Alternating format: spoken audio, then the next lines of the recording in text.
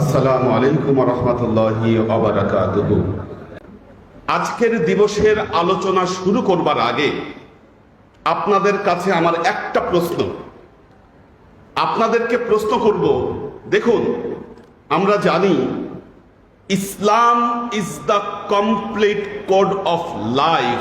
পূর্ণাঙ্গ জীবন ব্যবস্থা হচ্ছে ইসলাম। আমাদের নবী মুহাম্মদ মুস্তাফা সাল্লাল্লাহু আলাইহি ওয়াসাল্লাম তিনি পৃথিবীর সর্বশ্রেষ্ঠ নবী ছিলেন।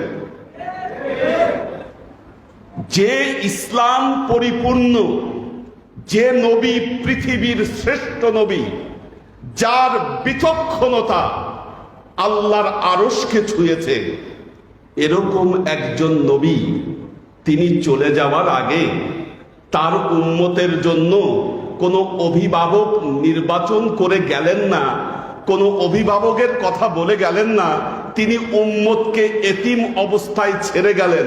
এটা কি কোনো সুস্থ মস্তিষ্কের মানুষ এই কথা কি বিশ্বাস করতে পারে?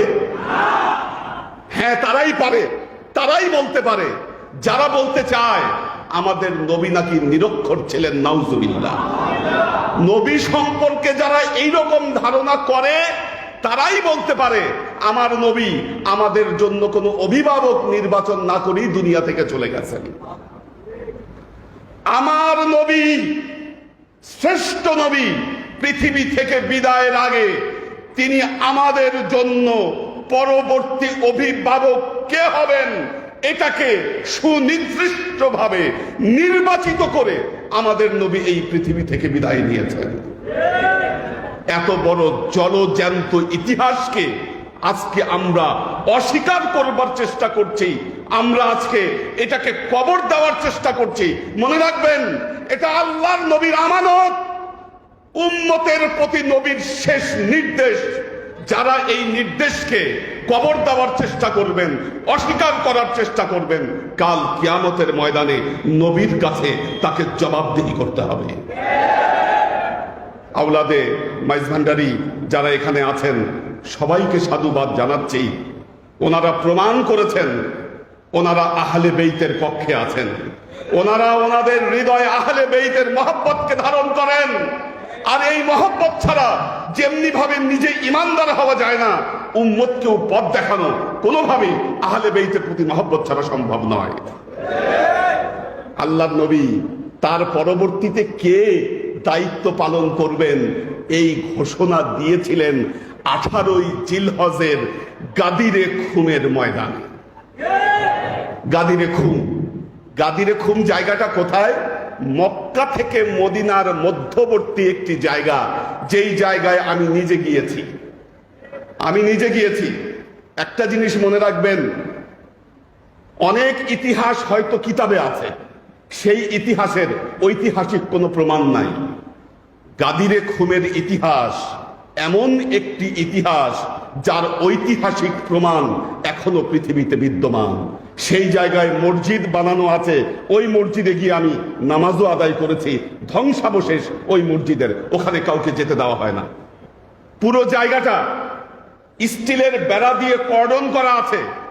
গাদিরে খুমের মসজিদের ওখানে সৌদি গভর্নমেন্টের ফলক ওখানে টানিয়ে দেওয়া আছে, লেখা আছে এটা সৌদি গভর্নমেন্টের জায়গা, এটা একটা ঐতিহাসিক জায়গা, এখানে যদি কেউ প্রবেশ করে তার জন্য জরিমানার ব্যবস্থা আছে। ওখানে কেউ যেতে পারে না। আমি নিজ চোখে গিয়ে সেই জায়গা দেখে এসেছি। দেখেন, যারা এই যে গাদিরে খুমের ঘোষণা আল্লাহর নবী সেইখানে মাওলা আলীর হাত ধরে সবার সামনে ঘোষণা দিলেন, মান কুনতু মাওলাহু ফাহাযাল আলী মাওলা। যে আমাকে মাওলা হিসাবে গ্রহণ করবে সে আলীকে মাওলা হিসাবে গ্রহণ করবে। এই ঘোষণা আমি দিয়ে যাচ্ছি। এই ঘোষণার পর আল্লাহর নবী, আমরা কাউকে যেমন খেলাফত দিলে মাথায় পাগড়ি পরিয়ে দেই, হাদিসের বর্ণনায় এসেছে আল্লাহর নবী মাওলা আলীর মাথায় পাগড়ি পরিয়ে দিলেন, পাগড়ি পরিয়ে দিলেন। এখন দেখেন, আমরা প্রথম যখন অনুষ্ঠান করেছি, আমাদের কোনো সুন্নি ভাইরা বলতে চেষ্টা করেছেন গাদিরে খুমের হাদিস বলতে নাকি কিচ্ছু নাই, এই গাদিরে খুম নাকি বানোয়াট, আমরা নাকি বানিয়েছি। এই যে বুকলেট, এই বুকলেট তৈরি করা হয়েছে, এই বুকলেটে অসংখ্য রেফারেন্স সুন্নিদের, এটা এত অধিক বর্ণনা এসেছে। এই হাদিসকে মোতাওয়াতের হাদিস বলা হয়েছে। মোতাওয়াতের হাদিস ওই হাদিসকে বলা হয় যেই হাদিসের ব্যাপারে এত রেফারেন্স এসেছে, যেই হাদিসকে অস্বীকার করার কোনো উপায় কারো নাই। এটা মোতাওয়াতের হাদিস, হাদিসে সাকালাইন, যেখানে আল্লাহ নবী মাওলা আলীর মাওলায়াতকে ঘোষণা করেছেন। এখন অনেকে বলেন মাওলা শব্দ, মাওলা শব্দের অর্থ তো বন্ধুও হতে পারে, সাথীও হতে পারে, অনেক কিছু হতে পারে। মাওলা শব্দের অর্থ যাই হোক, সালাতের অনেক অর্থ আছে। সালাতের অর্থ দোয়া, সালাতের অর্থ ইস্তেগফার, সালাতের অর্থ দরুদ। কিন্তু গাদিরে খুমে আল্লাহর নবী যে বলেছেন মান কুনতু মাওলাহু, আগে আল্লাহর নবী নিজের মাওলায়াতের কথা বলেছেন, আমি যার মাওলা ফাহাজা আলী মাওলা, আলীও ঠিক তার মাওলা হবে। এখন কথা হলো, আপনি মাওলা শব্দের এত ব্যাখ্যা খুঁজে বেড়ান, এইখানে মাওলা বলতে আল্লাহর নবী বলেছেন, নবীর সাথে মাওলা অর্থ গেলে এটার কি অর্থ দাঁড়ায়? আপনি কি নবীর সাথে যদি মাওলা অর্থ ব্যবহার করেন, আপনি কি বলবেন নবী মুহাম্মদ রাসূলুল্লাহ আমার বন্ধু? নাউজুবিল্লাহ। এটা বললে ঈমান থাকবে? মুনাফিক আর ঈমানদারের মধ্যে পার্থক্য হলো, যারা নবীকে মহব্বতের চোখে, ঈমানের চোখে যারা দেখেছেন তারাই ঈমানদার, আর যারা এই দৃষ্টিতে নবীকে দেখতে পারেন নাই তারাই কিন্তু মুনাফিক হয়ে গেছেন। কাজেই মাওলা শব্দের অর্থ হলো সমস্ত কিছু।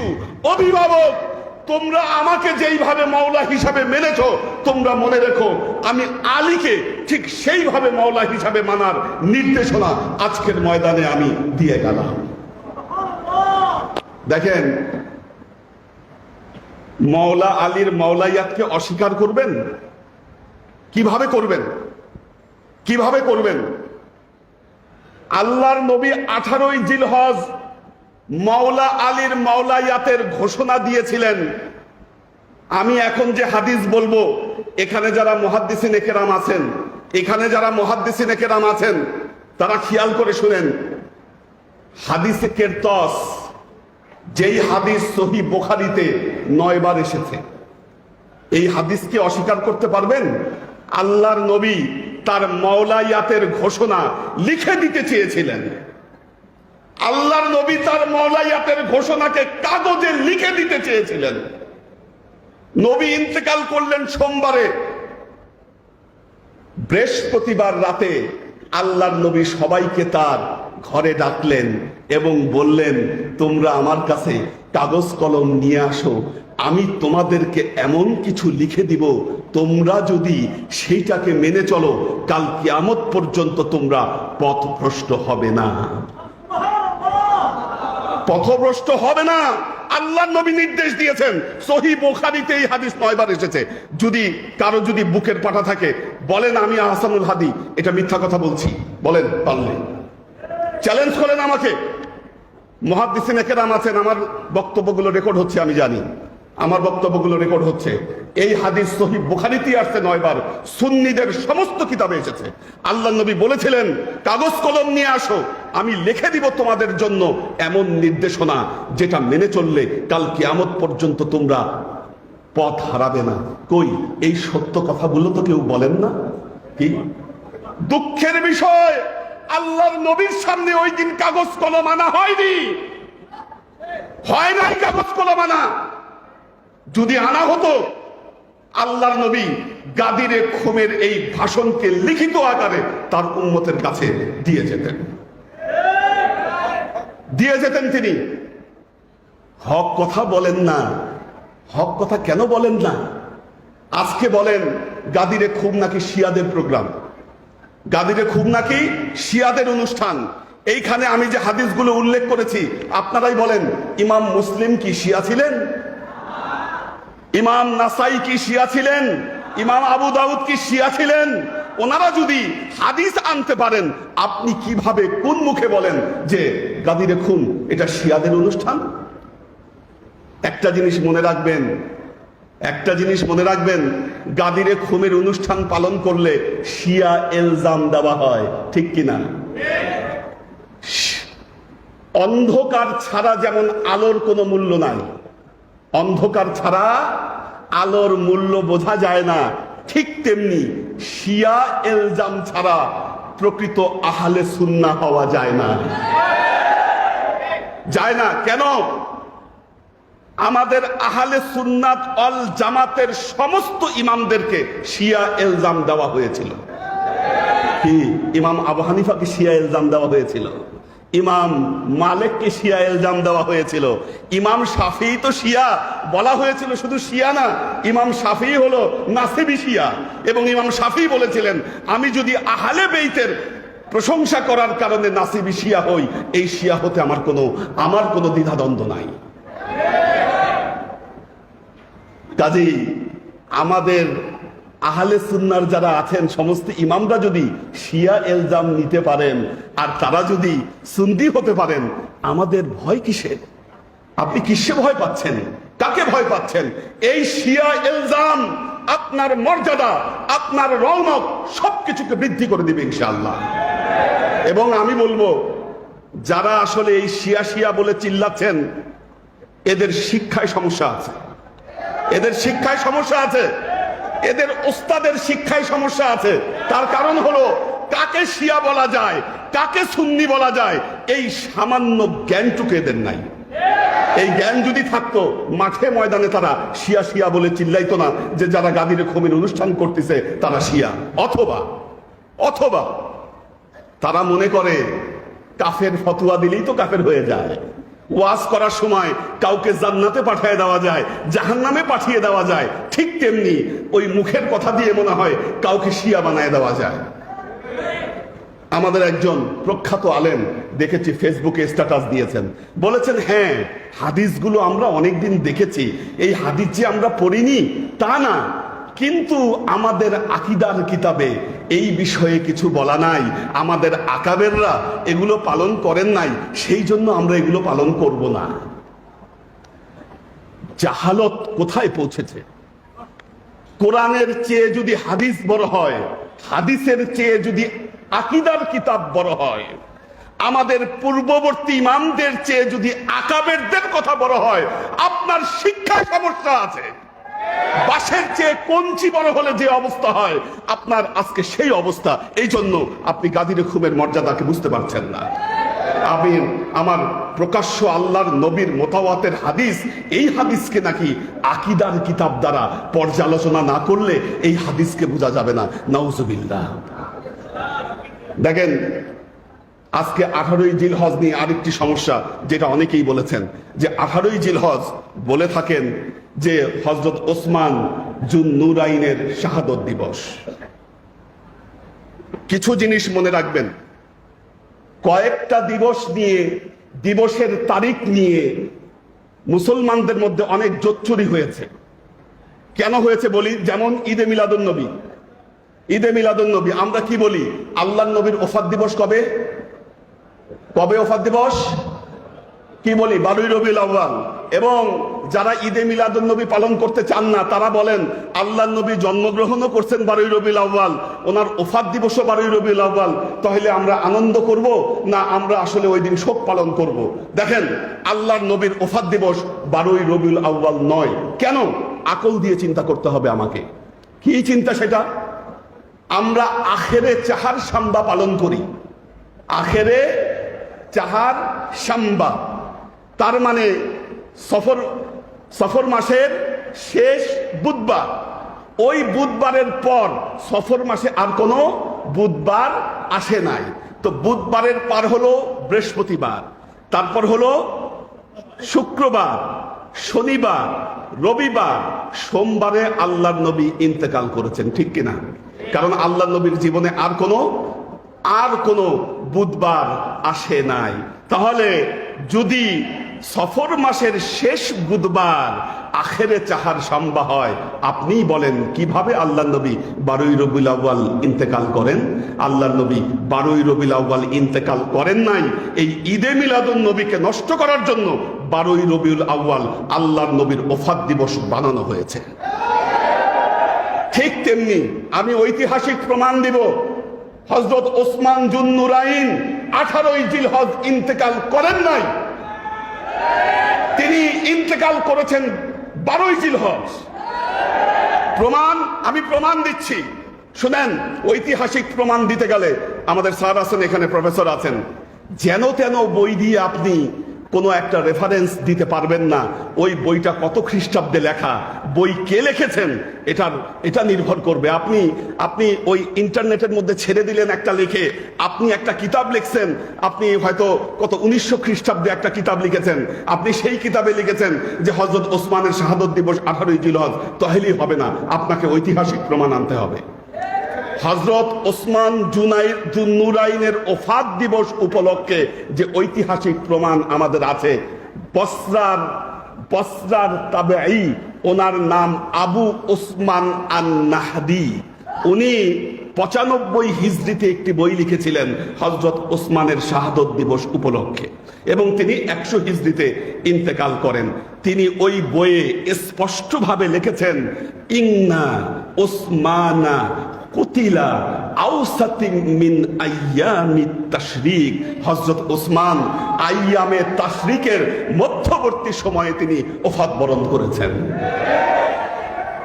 তো আইয়ামে তাশরিকের মধ্যবর্তী মানে উনি আরো উল্লেখ করেছেন, আইয়ামে তাশরিক হচ্ছে ঈদের পরে যেই সময়গুলো আমরা জোরে জোরে তাকবীর দেই, আমরা জোরে জোরে যে সময়গুলো তাকবীর দেই, তার মানে আমরা তাকবীর দিয়ে থাকি 10ই জিলহজ থেকে 13ই জিলহজ পর্যন্ত।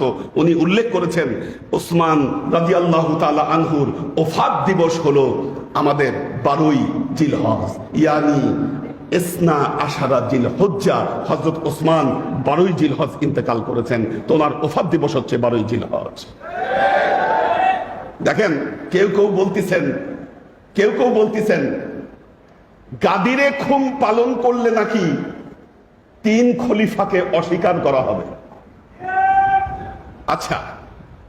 আচ্ছা দেখেন, খেলাফত এবং মাওলায়াত বা ইমামত দুটো সম্পূর্ণ ভিন্ন জিনিস। এই দুটোকে মিলানোর কোনো উপায় আমাদের নাই, কারণ মাওলা নির্ধারণ করেন স্বয়ং আল্লাহ। মাওলা নির্ধারণ করেন স্বয়ং আল্লাহ। আল্লাহ তার নবীকে নির্দেশ দিয়েছিলেন মাওলা নির্ধারণের জন্য। নবী জীবদ্দশায় নিজে মাওলাকে নির্ধারণ করে গেছেন, কে হবে আমাদের মাওলা। আর খেলাফত, খলিফা নির্ধারিত হয়েছিল মুসলমানদের ইজমার মাধ্যমে, মুসলমানদের মধ্যে মুশাওয়ারার মাধ্যমে। কাজেই খেলাফত আর ইমামত, মাওলায়াত দুটো এক জিনিস নয়। এখন যদি আপনি বলেন মুঘল সাম্রাজ্যের প্রথম সম্রাট ছিল সম্রাট বাবর, এটা আমি মানি না। কি এটা আমি মানি না? আপনার না মানার কোনো উপায় আছে? বলেন। এটা ইতিহাস, এটাকে অস্বীকার করার কোনো উপায় নাই। ইতিহাস আপনি কিভাবে অস্বীকার করবেন? আরবের মসনদে, ক্ষমতার মসনদে কে বসেছে? ইতিহাস লিখিত হয়েছে। এই ইতিহাস পৃথিবীর কেউ অস্বীকার করতে পারবে না। খেলাফতকে আপনি অস্বীকার করবেন কেমনে? আর খেলাফতের সাথে ইমামতকে আপনি সাংঘর্ষিকতার আপনি দাঁড় করাচ্ছেন কেন? দুটো সম্পূর্ণ ভিন্ন জিনিস। ইমামত হলো ধর্মীয় পোস্ট, খেলাফত হলো রাজনৈতিক পোস্ট। এ দুটোকে এক করা হচ্ছে আমাদের জন্য মূর্খতা। দেখুন, পরিশেষে বলবো যে ইতিহাস, এই গাদিরে খুমের শিক্ষা যুগে যুগে এটাকে গোপন করবার চেষ্টা করা হয়েছে।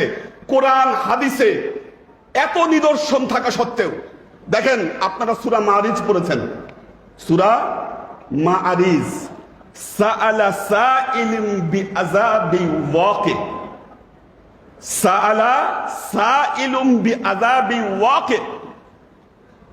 সূরা মাআরিজে আসছে একজন আহ্বানকারী আল্লাহর কাছে আহ্বান করলো কিসের জন্য? দোয়া করলো কিসের জন্য? আযাবের জন্য। আশ্চর্যের ব্যাপার হলো অধিকাংশ তাফসির গ্রন্থে দেখবেন এটার কোনো তাফসির লেখা নাই, কিন্তু এটার যে তাফসির লেখা আছে সূরা মারিজের প্রথম আয়াত, আল্লাহর নবী যখন গাদিরে খুনের ঘোষণা দিলেন তখন একজন ব্যক্তি আল্লাহর নবীর তাঁবুর ভেতরে ঢুকে বললেন, ইয়া রাসূলুল্লাহ, আপনি স্বজনপ্রীতি করেছেন। নাউজুবিল্লাহ। বলেছে আপনি স্বজনপ্রীতি করেছেন। আপনি যদি সত্যি আল্লাহর নির্দেশে আজকে যদি হযরত আলীকে আপনি মওলা নির্ধারণ করে থাকেন, আমি যেন আল্লাহর আযাবে মারা যাই। কত মারাত্মক বেয়াদব! চিন্তা করে দেখেন, ঘর থেকে বের হয়েছেন, একটা পাথর তার মাথায় এসে সে মারা গেছেন। আল্লাহ জলযন্ত্র প্রমাণ দিয়েছেন কি তার আযাবে আল্লাহ তাকে ধ্বংস করে দিয়েছেন। দেখুন, মাওলায়াতের ঘোষণা দিয়েছেন 18ই জিলহজ, মাওলায়াতের ঘোষণা দিয়েছেন 18ই জিলহজ, কিন্তু মাওলা আলী আল্লাহর তরফ থেকে মাওলা নির্ধারিত হয়েছিলেন যেদিন আল্লাহর নবী মক্কা থেকে মদিনায় হিজরত করছেন, তখনই, সেই দিনই। কেন? আপনি জানেন হযরত ইউনূস আলাইহিস সালাম আল্লাহর কাছ থেকে অনুমতি না নিয়ে উনি স্টেশন ত্যাগ করেছিলেন। নবীরা যেই জায়গায় আল্লাহ তাদেরকে পাঠায় সেই জায়গা ত্যাগ করতে নবীরা পারেন না। তো আল্লাহর নবী মক্কায় এসেছিলেন, মক্কা থেকে তিনি মদিনায় হিজরত করছেন। মক্কায় তার প্রতিনিধি না থাকলে আল্লাহর নবী তো মক্কা ত্যাগ করে মদিনায় যেতে পারবেন না। সূরা বনী ইসরাইল দেখেন, সূরা বনী ইসরাইলের তাফসিরে এসেছে হিজরতের সময় আল্লাহ তার উপর ওহী নাজিল করলেন যে, ইয়া রাসূলুল্লাহ, আপনি মক্কা থেকে মদিনায় যাচ্ছেন, মক্কা আপনার প্রতিনিধি শূন্য হবে না। আপনি আল্লাহর কাছে এই দোয়া করুন, রব্বি আদখিলনি মুদখালা সিদকিউ ওয়া আখরিজনি মুখরাজা সিদকিউ ওয়াজআললি মিন লাদুনকা সুলতানান নাসীরা ওয়াজআললি মিন লাদুনকা সুলতানান নাসীরা। প্রশ্ন হলো, এই সুলতানে নাসিরা কে? সুলতানে নাসিরা হলো, তাফসীর খুলে দেখেন, সুলতানান নাসিরা হলো মাওলা আলী। সুলতানুন নাসিরা হলো মাওলা আলী। এখন কেউ প্রশ্ন করতে পারেন, আচ্ছা জান্নাতে যুবকদের সর্দার হাসান এবং হুসাইন, জান্নাতে যুবকদের সর্দার হাসান এবং হুসাইন, সাইয়্যিদাতুন নিসা ফিল জান্নাহ মা ফাতেমা, তাহলে আল্লাহর নবী এবং মাওলা আলীর মর্যাদাটা কোথায়?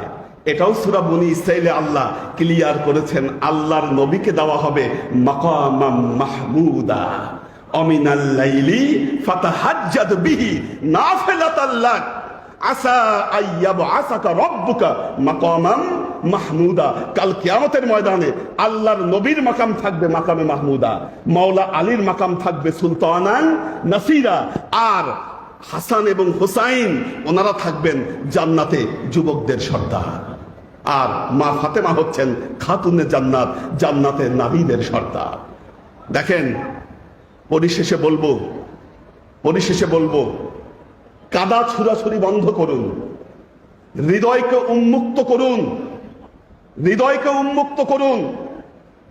আজকে যে শিয়াদেরকে শিয়া বলে গালি দিচ্ছেন, আমাদের মধ্যে ইখতিলাফ থাকবে, আমাদের মধ্যে ইখতিলাফ থাকবে, কিন্তু তাফরিকাত করা যাবে না।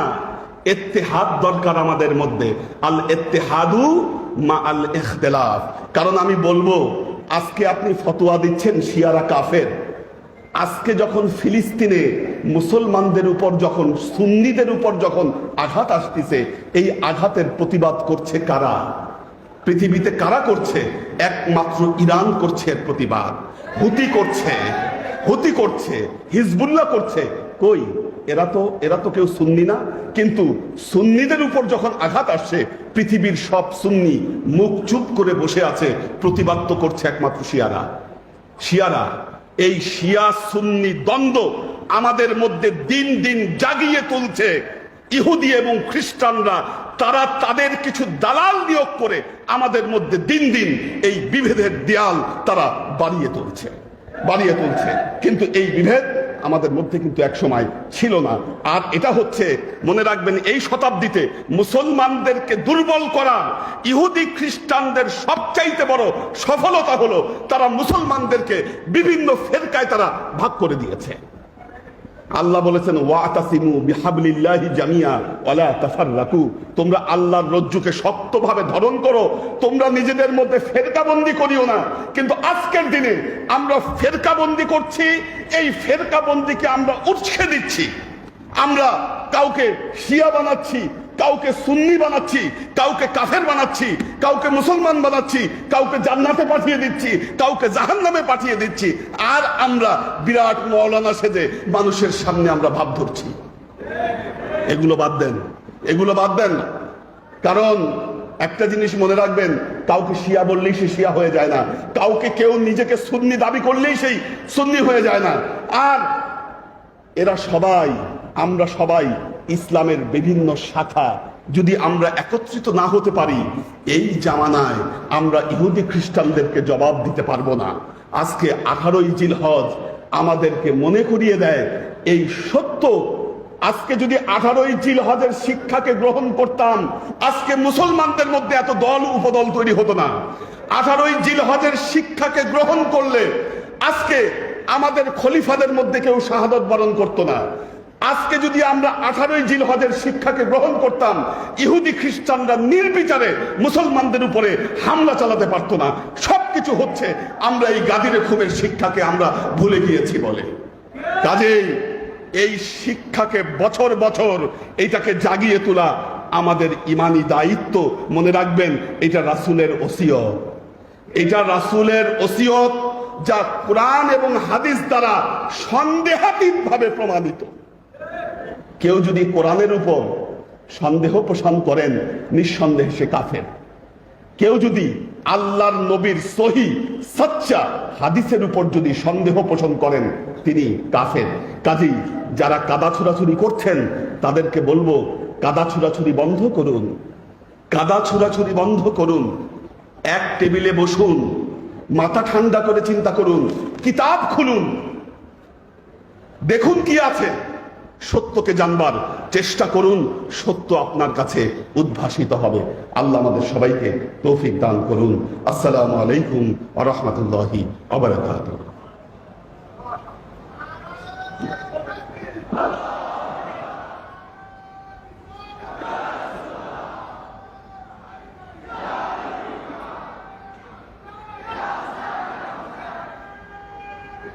Yeah.